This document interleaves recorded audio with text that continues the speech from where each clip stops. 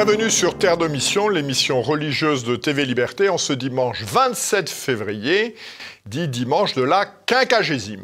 3 séquences dans notre émission. Tout d'abord, à propos du décret promulgué par le Saint-Père le 11 février 2022 dernier, dans la continuité, en tout cas chronologique, du motu proprio Traditionis Custodes. Nous accueillerons notre vaticaniste, monsieur l'abbé Barthes. Ensuite, nous l'avions évoqué au mois de juin dernier, ce sont les démêlés autour de la vente de l'abbaye de Pontigny. Donc nous accueillerons Jacques Chanard.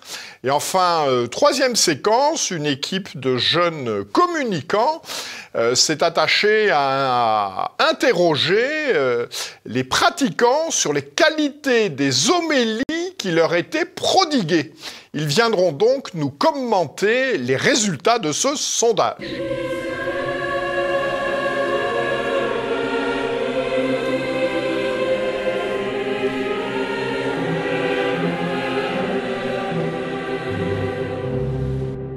Bonjour Monsieur l'abbé. Bonjour chez Jean-Pierre Augeot. Le 11 février dernier, le Saint-Père a promulgué un décret confirmant l'usage des livres liturgiques de 1962 pour la fraternité Saint-Pierre, cette fraternité ayant dans la foulée publié un communiqué. Alors qu'y a-t-il dans ce décret puis dans ce communiqué ? Alors dans le décret, il est très intéressant, c'est une très bonne nouvelle que ce décret, même s'il faut être extrêmement prudent, dans ce décret, le pape dit que pour la fraternité Saint-Pierre, lui parle de la fraternité Saint-Pierre, on parlera ensuite du commentaire qu'en fait le supérieur général de la fraternité Saint-Pierre, lui donc dit pour la fraternité Saint-Pierre qu'elle a toujours l'usage de tous les livres liturgiques qui étaient en vigueur en 1962, à savoir le missel, bien sûr, mais aussi le rituel, le pontifical, il ne parle pas du cérémonial des évêques, c'est dommage, mais enfin peu importe, le bréviaire, l'office divin, quoi donc encore, je dois n'oublier, mais enfin bon, tous les et par conséquent, peut célébrer de manière traditionnelle tous les sacrements, avec une réserve qui est ennuyeuse. C'est le premier ennui, c'est que elle a le droit de le faire, ils ont le droit de le faire, ces prêtres, dans les maisons de la fraternité Saint-Pierre. On ne sait pas trop ce que sont les maisons. À l'extérieur, ils ont aussi le droit avec la permission de l'évêque. Voilà. L'autre chose, disais-je, il y a plusieurs bémols. Le deuxième bémol, c'est que on parle de la fraternité Saint-Pierre et non pas des autres fraternités comme des autres instituts, comme le Christ-Roi, comme l'IBP, comme la communauté de Chémeret. Et ni même, évidemment, des communautés diocésaines, ecclésiastiques, comme celle de la miséricorde divine à Toulon. Mais il semble tout de même, et c'est ce qui ressort aussi du commentaire que fait le supérieur général, l'abbé Gourmowski, dans son introduction, que le pape a dit à ceux qu'il recevait, les abbés Paul-Joseph et Ribeton, que les instituts comme la Fraternité Saint-Pierre bénéficiaient de... Ça paraît logique, de toute façon les évêques n'y comprennent plus rien déjà, ils sont obligés de faire... Alors comment se fait-il que ces mesures n'aient pas été intégrées dès le motu proprio Traditionis Custodes, ou au moins la réponse au Doubia faite par Monseigneur Roche? Parce que c'est un peu le chaos, vous savez. Et donc c'est une espèce de guerre de position, enfin de guerre de... Oui, de guerre, on peut dire. C'est une véritable guerre qui a été déclenchée par Traditionis Custodes. Et donc on résiste comme on peut, et chaque épisode de résistance permet d'avancer, de reculer, enfin que sais-je. Donc voilà, on se doutait vaguement qu'il y avait quelque chose, dans la mesure où Monseigneur Roche, l'actuel préfet de la Congrégation pour le culte divin, a une question que lui posait un vaticaniste, Edouard Pentin, sur le fait, est-ce que le pontifical, c'est la grande question, hein, le pontifical ça veut dire les ordinations, oui. Ça veut dire aussi les confirmations, est-ce que le pontifical, qui est interdit par les responsables que vous venez de faire, est aussi interdit pour les communautés ecclésiastiques. Réponse prudente de Monseigneur, je vais dire le cardinal, il va l'être bientôt, mais enfin de Monseigneur Roche, les communautés ecclésiatiques, ça concerne, sont votées par la congrégation des religieux, ce qu'on appelle la congrégation des religieux. Oui, c'est ça.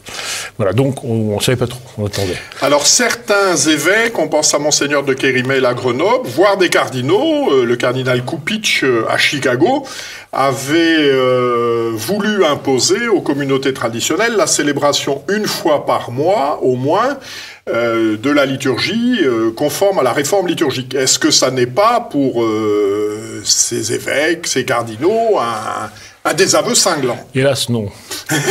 Alors, expliquez-nous. Hélas, non, parce que justement de ça, le décret du pape ne parle pas. Il dit même, si vous permettez, je vais essayer de retrouver rapidement, il dit même, ils peuvent, sans préjudice de ce qui a été dit ci-dessus, donc cette permission qu'il vient d'accorder, c'est une concession, toujours une concession. Le Saint-Père suggère que, dans la mesure du possible, les dispositions du motu proprio traditionis custodes soient également prises en compte. Donc, il y a une espèce d'échappatoire pour lui. Non, sont concédés ces livres, mais il n'est pas dit que ce soit de manière exclusive. On peut très bien dire, bah oui, une fois par mois, dans vos apostolats, dans vos séminaires, c'est ça le grand danger, hein, enfin les deux dangers, il vous faudra utiliser une fois par mois, par exemple, le missel nouveau, etc. Ça, c'est pas dit. Alors ça, on le saura lorsque paraîtra ce document dont a parlé la Croix, qui est bien renseigné de ce point de vue-là, qui devrait sortir au mois de mars. Voilà, donc c'est quoi la suite du feuilleton là? Alors, la suite du feuilleton, ce sera un document, une instruction, que sais-je, enfin un document de la congrégation, qu'on appelle des religieux, enfin des instituts, etc., dont dépendent désormais la Fraternité Saint-Pierre, l'Institut Roi, le Bon Pasteur, etc., et qui va traiter de ce que peuvent faire ou ne peuvent pas faire ces instituts, ces communautés. Attendons. Alors concrètement, qu'est-ce qui se passe dans les diocèses suite à ces deux premiers documents? Dans les diocèses, il se passe qu'on ne sait pas trop, c'est un peu plus fouillis que ça n'était déjà. Bon, il faut quand même dire une chose, hein, c'est très bien ce document, s'en réjouir pour ceux qui l'apportent de bon, se méfier pour ceux qui le laissent dans l'ombre. Cependant, il ne traite pas du tout des prêtres diocésains, qui eux sont toujours sous le pilon. Alors évidemment, ça va compliquer même la charge des évêques. Un prêtre de l'Institut Christ, mettons, de la Fraternité Saint-Pie, de l'Institut Bon Pasteur pourra marier, baptiser, etc., selon le rite traditionnel, et un prêtre diocésain ne pourra pas. Ça paraît difficile, mais en théorie, c'est ça. Il faut quand même défendre ces pauvres prêtres diocésains. Un. Et deux, ça ne règle pas non plus la question des confirmations. Parce que la confirmation, c'est l'évêque qui le fait. Donc on appelle l'évêque dans l'église de Port-Marly, par exemple, l'évêque, il fera ce qu'il voudra. Enfin, il donnera la confirmation selon le rite traditionnel ou pas. Il a le droit, désormais, de donner les confirmations selon le rite traditionnel, semble-t-il, puisque, oui, c'est ça, il a le droit, puisque c'est une église qui est tenue par la Fraternité de Christ Roi, et qui, donc, avec sa permission, peut le faire. Mais ça dépendra. Y a-t-il des recours juridiques pour les prêtres diocésains? Des recours de quelque type que ce soit, oui, de prêtres diocésains. Qu'est-ce qu'ils peuvent faire? Ils peuvent toujours... on peut toujours trouver des recours juridiques, hein, et à la fois contre les décrets eux-mêmes, à la fois parce qu'ils sont mal faits. Tous ces textes sont pas très clairs. Il y a toujours des possibilités, très certainement, de recourir à la signature apostolique, clairement. Et y a-t-il des démarches en ce sens? Pour l'instant, je n'en connais pas, mais ça pourrait être, et je l'encouragerais vivement s'il y en avait. En tout cas, ce qui est sûr, c'est que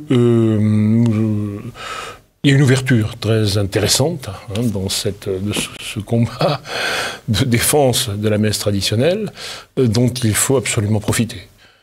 Il faut, c'est après tout cette offensive qui a été lancée par Rome, Traditionis Custodes, est, à mon avis, perdue à terme, perdue d'avance pour ceux qui ont lancé l'offensive, car elle est totalement à contretemps. On n'a pas à s'occuper aujourd'hui de ça dans la situation dans laquelle se trouve l'Église. Il n'empêche qu'elle a été lancée, donc il faut absolument profiter pour, au contraire, regagner du terrain et obtenir non seulement le summum pontificum, mais obtenir la liberté de la messe traditionnelle. Merci beaucoup, monsieur l'abbé, puis je ne doute pas que nous ferons de nouveau appel à vos services dans les mois qui viennent, car ce sujet n'est pas clos. Yes. Merci, monsieur l'abbé.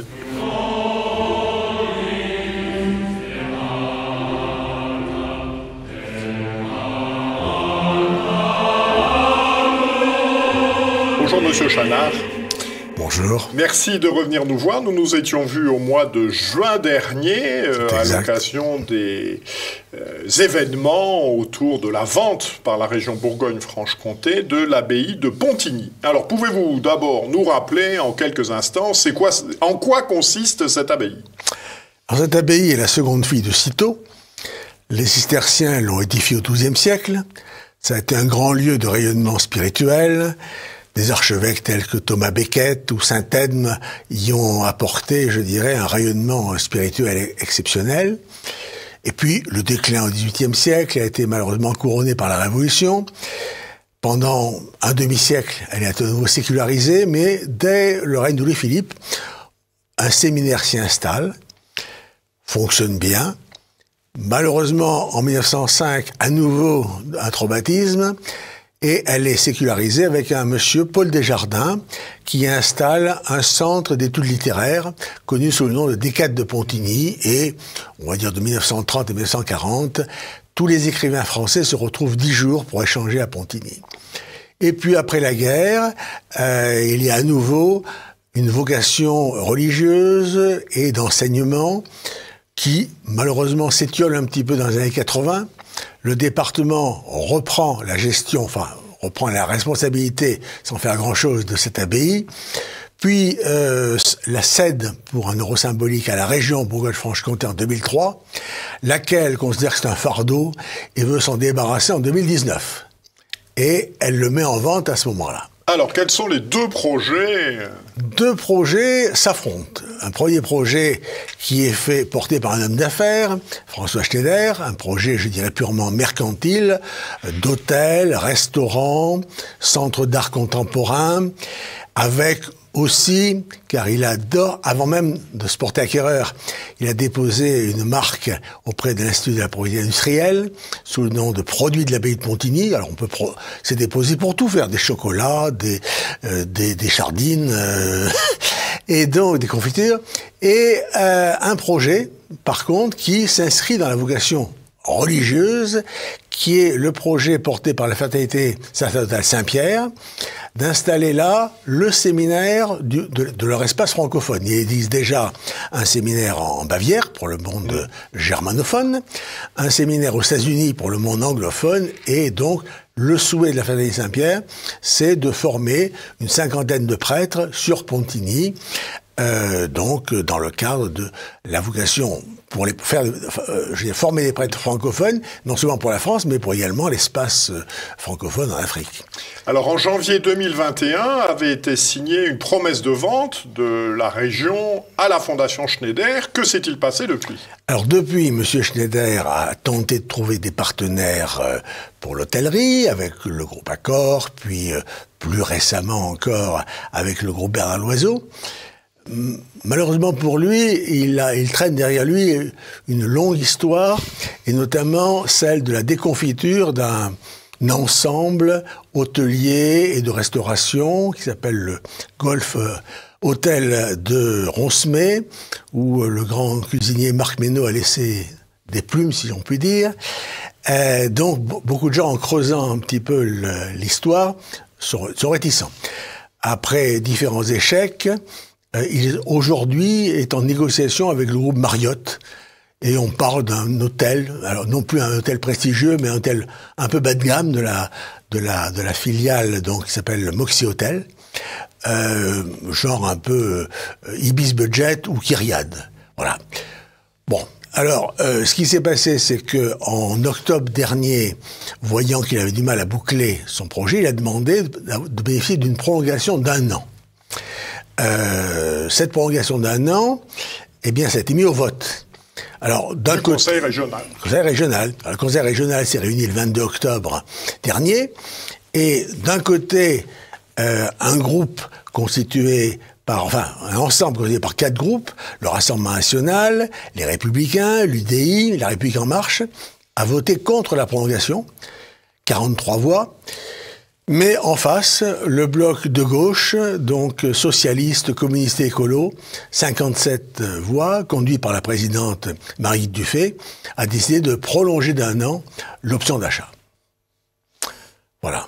Et alors, quelle est la position dans tout cela de l'ordinaire du lieu, qui est Monseigneur Giraud, puisqu'on est dans le diocèse de Sens-Auxerre, et Monseigneur Giraud est également prélat de la Mission de France, dont l'abbaye de Pontigny est la cathédrale. Alors, l'abbaye de Pontigny est la cathédrale, peut-être temporairement, car on parle d'un rapatriement de cette fonction de cathédrale sur Montreuil. Monseigneur Giraud a souhaité que ce soit désormais son vicaire général, M. Védrine, le père Védrine, qui soit l'interlocuteur de M. Schneider. Alors, M. Schneider, en octobre, a étendu ses exigences vis-à-vis de ses partenaires. Vis-à-vis de la municipalité, il a demandé à bénéficier de la privatisation d'un des parkings municipaux. Et les habitants se sont regroupés, ils ont créé ce qu'on appelle un collectif citoyen pour Pontigny, une quinzaine d'entre eux, a dit il n'est pas question de privatiser le parking municipal. Alors M. Schneider cherche un nouvel emplacement de parking. Il avait mis une option sur un terrain, mais la DRAC, les monuments historiques, ont estimé que c'était pas possible. C'est dans le périmètre de vision, et donc ils ont posé un veto. Il a également souhaité qu'il puisse être prioritaire pour organiser des événements dans l'église abbatiale. La Mission de France lui a rappelé qu'il était affectataire, qu'il n'était pas hostile à ce qui est peut-être 1 ou 2 expositions, mais en aucun cas, il n'accepterait de concéder la gestion de l'église abbatiale à M. Schneider. Et il a également souhaité prendre le contrôle de l'orgue et pour organiser les concerts d'orgue. Or, un groupe de bénévoles, depuis des années, travaille pour restaurer l'orgue et on fait clairement entendre à M. Schneider qu'il ne souhaitait absolument pas qu'il soit leur tuteur en ce qui concerne la gestion de l'orgue, etc. Et il y a donc aujourd'hui, je dirais, une opposition à des exigences multiples, notamment il souhaite acheter un autre bâtiment qui est en dehors du périmètre qui s'appelle la prélature, alors que lorsque la région l'a cédé à la commune, il a été indiqué que sa vocation sociale, puisqu'il y a eu à l'époque une fonction dans l'abbaye de réinsertion de personnes handicapées, ça demeure. Et il n'est pas question d'en faire un spa pour un programme hôtelier. Donc pour l'instant, il y a beaucoup de résistance. Cela étant, M. Schneider continue à lutter. La Fraternité Saint-Pierre a récemment renouvelé son intérêt en disant que, alors qu'aujourd'hui, M. Schneider, soyons clairs, a simplement versé 90 000 euros. Voilà, je crois que ce serait important que vous donniez les montants des 2 offres. Voilà. La Fraternité Saint-Pierre avait offert plus que M. Schneider. Très sensiblement plus. Très sensiblement, puisque Schneider avait offert 1,8 million et la Fraternité avait offert 2,1 millions. Et donc, le choix qui a été fait était un choix plutôt idéologique pour favoriser un projet mercantile au détriment d'un projet religieux. Nous avons malheureusement à la région quelques personnes qui sont encore, je dirais, nimbées d'un anticléricalisme de base. On a entendu certains conseillers dire « même si les prêtres offrent 3 fois plus cher, on ne vendra pas au curé ». Bon, ça, c'est de l'idéologie pure et ça va au-delà des règles financières. Cela étant, la Fraternité a rappelé qu'elle ne posait aucune condition au rachat, qu'elle paierait 2,1 millions cash, qu'elle disposait d'une dizaine de millions d'euros pour rénover l'intégralité des bâtiments, refaire l'intégralité des parcs et jardins comme il était dans le passé. Et donc, la Fraternité attend patiemment que le constat d'échec du projet Schneider soit reconnu par tous. Eh bien, merci. Nous allons attendre avec la Fraternité Saint-Pierre. Merci, cher monsieur. À bientôt pour de nouvelles informations sur ce dossier. Merci beaucoup. Au revoir, monsieur.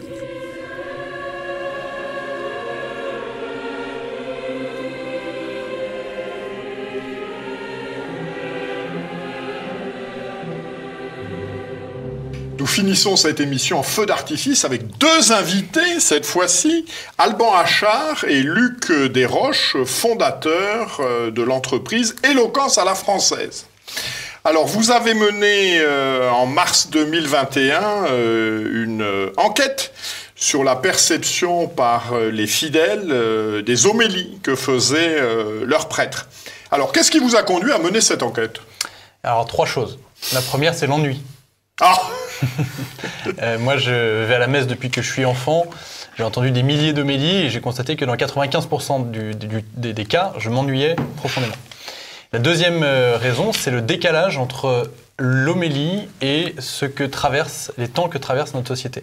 C'est-à-dire qu'on l'a vu avec la crise du Covid, il y a eu des choses très graves qui se sont passées. On a eu beaucoup de libertés fondamentales, notamment, qui ont été mises entre parenthèses pour une durée indéterminée. L'Église n'a pas dit un mot. Il y a eu 1 million de pauvres supplémentaires pendant l'année 2020. L'Église des pauvres n'a pas dit un mot là-dessus. Et je me suis dit, c'est quand même extraordinaire d'avoir un tel décalage entre ce qui se passe, ce que traverse le pays, ce que traversent les gens, et le silence de l'Église à ce sujet. Pendant une année, j'ai entendu aucune homélie, moi, qui traitait de ces sujets-là. La troisième chose, c'est...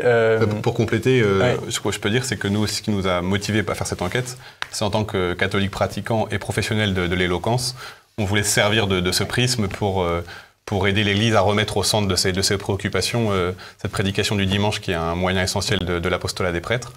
Et on est toujours animé dans ce travail par ce que dit saint Paul, la foi se transmet par la parole, par ce qui est entendu. Et donc, on veut juste modestement, en tant que pratiquant, remettre l'homélie au centre des préoccupations. Ouais. Alors, à qui vous êtes-vous adressé et qui a répondu? Alors, moi, j'ai publié cette enquête-là sur mon profil Facebook, mon profil LinkedIn, sur quelques discussions WhatsApp.